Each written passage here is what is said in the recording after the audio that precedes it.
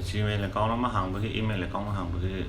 kamai hangne to hajar pe email account hangba che am kane koi electronic mail hai ni na electronic mail ga hai na the email aram lo champa koi Yahoo gi julai Gmail gi julai ada Rediff mail Microsoft ina Hotmail ka du da na am lai bne ana khoi la be shi koi Gmail chung ngwa ma Google gi ne ba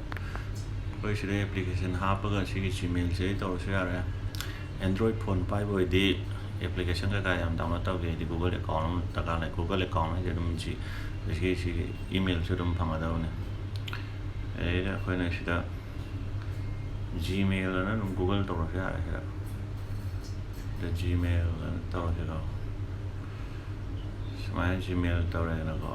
se sang ba Gmail Google le do shi ai han chanin to ni na ai han le ram ni masih sudah sangat ai mata ke jelas nam nga sign out to ya sudah nam sign out to ai ya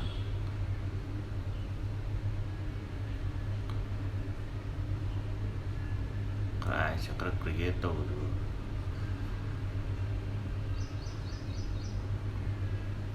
ada account itu sangat sebenarnya di tau tong nanti itu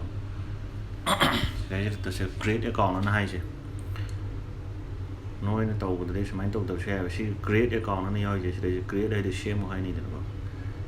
da kana sang ani to enter your name nang na mi ro na hai se create a Google account na Gmail na je Google account tong na Gmail li phang do ne tham na hai kai hai je tom ba je pass name tom nei koi meng bam hap le Jadi makanya saya kan number memang untuk lagi saya hanya si Gmail di kaya tahu ke bene ai next what suggestion mana khang bene to saya ai plug nam to saya tak kan senang dia to memang mana to saya next sana jalan kalau si date of birth ke hap jalan ni date of birth ke hap sih ai si hap ke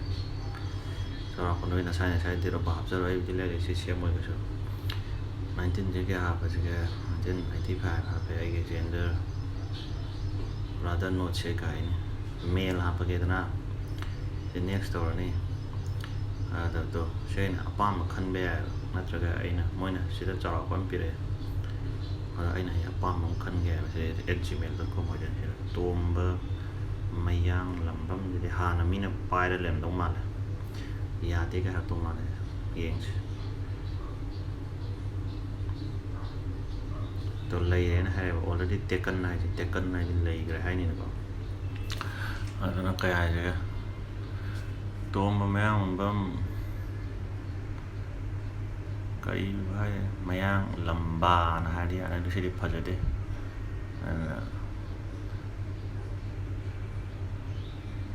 khang re kari bap tan pap chale je ho ji na di yu bap chale sidi lay tiang तो सही password same में आ रहा है और password से अपन कि मिट की तो इतना मगर उधर ही नहीं बा पासवर्ड से अपन सेम ले सन मणिपुर का सेम में मिनी लाइलाइ खंग ना मणिपुर का तंग सेम में खलो ने तो मणिपुर मक्सद मणिपुर इसमें ये तो कि एम में यहाँ तो भी IPR का ना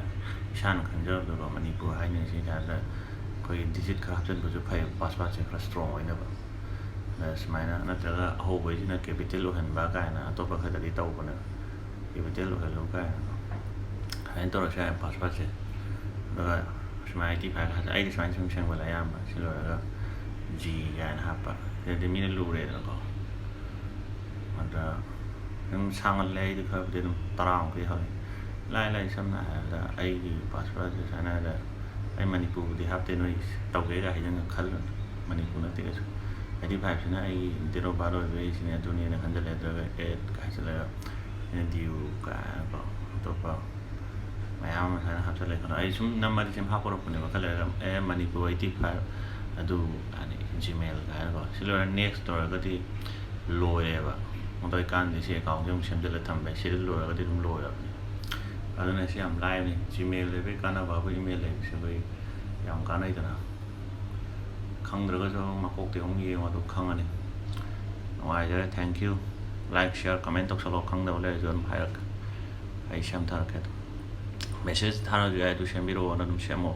ꯁꯦꯝꯕꯤꯔꯛꯑꯣ ꯑꯗꯨ ꯇꯧꯔꯣꯅ ꯍꯥꯏꯔꯛꯑꯣ ꯑꯩ ꯑꯗꯨꯝ ꯈꯪꯗꯕ ꯑꯗꯨꯝ ꯍꯥꯏꯕꯤꯔꯛꯀꯦ ꯚꯤꯗꯤꯑꯣ ꯁꯦꯝꯗꯔꯒꯦ ꯚꯤꯗꯤꯑꯣꯅ ꯅꯨꯡꯉꯥꯏꯗꯅ ꯄꯣꯁ ꯇꯧꯔꯒꯁꯨ ꯌꯦꯡ ꯌꯥꯏ ꯕꯦꯛꯋꯥꯔꯗ ꯇꯧꯔꯒꯁꯨ ꯐꯣꯔꯋꯥꯔꯗ ꯇꯧꯔꯒꯁꯨ ꯑꯗꯨꯅꯤꯗ ꯋꯥꯔꯤꯁꯦ ꯂꯣꯏꯁꯤꯜꯂꯒꯦ